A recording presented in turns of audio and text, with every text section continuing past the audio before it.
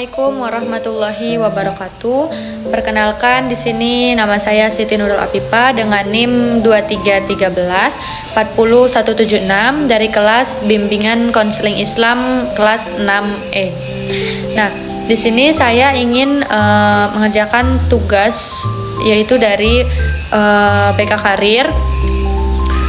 Pada pertemuan ini saya akan menjelaskan sedikitnya terkait konsep dasar BK Karir. Jadi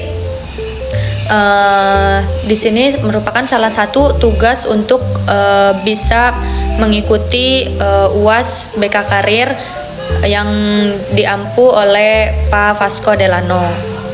Nah, mengenai konsep dasar BK Karir, yang pertama itu ada pengertian BK Karir atau pengertian karirnya juga. Jadi sebelum kita mengetahui yang selanjutnya, yang pertama ini ada pengertian karir dan juga BK Karir. Jadi menurut Dillard, perbedaan antara jenis pekerjaan dan juga karir. Nah, yang pertama itu ada mengenai job atau pekerjaan. Pekerjaan itu bersifat hanya sementara dan tidak butuh keahlian yang khusus atau komitmen yang besar. Kayak maksudnya, kalau pekerjaan itu kita bisa melakukannya dengan tanpa kita adanya keahlian yang khusus atau kemampuan yang khusus yang kita miliki. Seperti contohnya kita akan kerja di kasir Indomaret, karena maksudnya itu tidak ada keahlian yang khusus, tapi semua orang juga bisa kerja di kasir Indomaret seperti itu. Nah, lain halnya juga dengan karir. Kalau karir itu merupakan jalan hidup yang dipilih seseorang dengan penuh kesabaran, yaitu melibatkan pendidikan, latihan, dan juga komitmen jangka panjang. Jadi kalau misalnya karir itu kita memang kayak udah memiliki kesadaran kayak kita mau menjadi seperti ini gitu, dan melingkup di bidang pendidikan. Seperti kayak kalau misalnya kita mau jadi dokter gitu, berarti kan kita dari SMA aja kita udah tekunin gitu bidang keahlian dokter atau SMA atau IPA gitu. Nah, karena kita tahu nanti tujuan kita ingin menjadi seorang dokter. Jadi yang harus emang sudah sadar oleh diri kita ingin menjadi seperti itu, dan juga dilibatkan dalam hal pendidikan, lalu butuh jangka waktu yang panjang seperti itu. Lalu ada juga Winkel menjelaskan bahwasannya bimbingan karir pada dasarnya adalah suatu bantuan bagi individu dalam mempersiapkan diri untuk menghadapi dunia kerjanya, mulai dari memilih jenis pekerjaan, lalu memilih juga hingga proses adaptif dengan tuntutan profesi tersebut gitu. Jadi pemberi bantuan dalam hal bidang pekerjaan, baik dari tujuannya mau kerja di mana gitu, menghadapi dunia kerjanya, mempersiapkan dirinya untuk nanti dia bisa mempersiapkan diri untuk di dunia karirnya. Nah, yang selanjutnya itu juga ada tujuan dari adanya bimbingan karir. Itu menurut Permendikbud nomor 11 tahun 2014, tujuan daripada bimbingan karir itu yang pertama memiliki pemahaman diri, yaitu kayak seseorang jadi mengetahui dirinya apa, minat bakatnya apa, kepribadiannya apa, bisanya di bidang apa, seperti itu. Lalu yang kedua, memiliki pengetahuan mengenai dunia kerja dan informasi karir yang menunjang kematangan kompetensi karir. Jadi si orang ini tuh jadi mengetahui mengenai apa-apa saja yang diperlukan, apa-apa saja yang ada pada dunia kerja, lalu memiliki sikap positif terhadap dunia kerja. Jadi agar pikiran kita tuh mengetahui daripada sikap positif yang ada pada dunia kerja. Lalu yang terakhir itu memahami relevansi kemampuan menguasai pembelajaran dengan persyaratan keahlian atau keterampilan bidang kerja yang menjadi cita-cita. Jadi mengetahui gitu kayak apa persyaratannya aja untuk kita menggapai si cita-cita atau karir kita pada masa depan, seperti itu. Nah, yang selanjutnya itu mungkin ada juga terkait fungsi daripada bimbingan karir.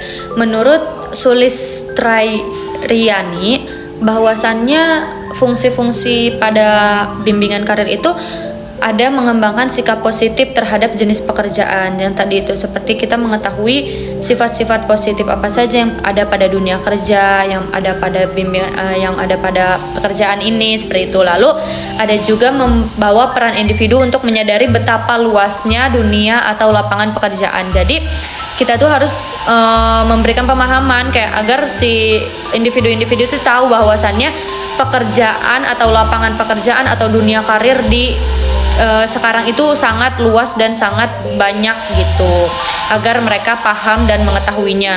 Lalu menjawab berbagai pertanyaan mengenai pekerjaan. Misalnya ada beberapa individu yang tidak mengetahui terkait karir atau pekerjaan atau dunia kerja, itu bisa kita kasih jawaban-jawaban atau kita kasih edukasi. Terus juga menekankan jasa diri masing-masing jenis pekerjaan. Terus bimbingan karir dapat memberikan nilai-nilai pribadi dan sosial kepada individu. Jadi agar individu mengetahui bahwasannya nilai-nilai pribadi pada dunia kerja itu apa saja, seperti itu. Nah, mungkin yang selanjutnya itu ada prinsip daripada BK Karir. Prinsipnya itu kayak ada beberapa. Yang pertama tuh program bimbingan karir tuh harus fleksibel. Jadi harus disesuaikan dengan kebutuhan si siswa atau si konseli atau juga si masyarakat atau individu-individu tersebut. Jadi kita harus bisa menyesuaikan dulu nih kebutuhannya atau dengan si individu itu, dengan si mahasiswa, dengan si siswa itu, dengan si masyarakat itu gitu. Terus bimbingan karir itu di sekolah harus tersusun berkelanjutan dari jenjang pendidikan, kayak misalnya pendidikan yang dari rendah dulu sampai pendidikan yang paling tinggi, misalnya dari sekolah dasar, sekolah menengah pertama, menengah kejurusan gitu, sampai dunia perkuliahan atau perguruan tinggi gitu. Terus pelaksanaan bimbingan karir perlu dievaluasi secara teratur dan terarah. Pasti kita kalau semisalnya melakukan suatu program atau suatu apa itu pasti ada kurang dan lebihnya, minus dan enggaknya. Pasti kita harus melakukan daripada evaluasi gitu agar di selanjutnya tidak akan terulang lagi seperti yang sudah-sudah. Nah, mungkin poin selanjutnya itu ada hubungan antara pendidikan, karir, dan juga jabatan. Ini tuh berhubungan untuk apa sih si ketiga ini? Kenapa mereka ini berhubungan? Nah, hubungan antara ketiga itu merupakan bagian paling penting dalam kajian pengembangan karir. Jadi, tiga ini saling berhubungan karena juga dia merupakan peran yang sangat penting untuk pengembangan karirnya, khususnya dalam perspektif bimbingan dan konseling karir. Pendidikan berfungsi sebagai pondasi awal. Jadi pendidikan itu merupakan tahap yang paling awal yang harus dimiliki oleh si individu gitu untuk membentuk kompetensi pada diri individu itu masing-masing. Lalu karir sebagai pengembangan proses profesional yang berkelanjutan dan jabatan sebagai posisi konkret yang dicapai struktur organisasi.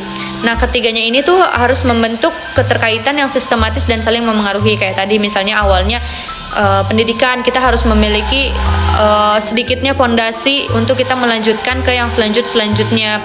Lalu kayak proses pengembangan profesionalnya baru setelah itu berkelanjutan pada si jabatannya gitu. Jadi tiga ini memang selalu harus ada pada penting dalam pengembangan si karir kayak gitu. Dan ini tuh merupakan juga yang sangat penting dimiliki oleh para individu atau masyarakat yang lainnya.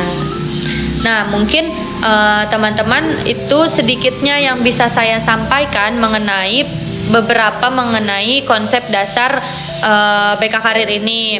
Mungkin kurang dan lebihnya mohon maaf karena di sini saya masih belajar. Semoga bermanfaat untuk kita semua. Saya cukupkan. Saya Siti Nurul Afifah pamit undur diri. Terima kasih banyak. Kurang dan lebihnya mohon maaf. Wassalamualaikum warahmatullahi wabarakatuh. Bye.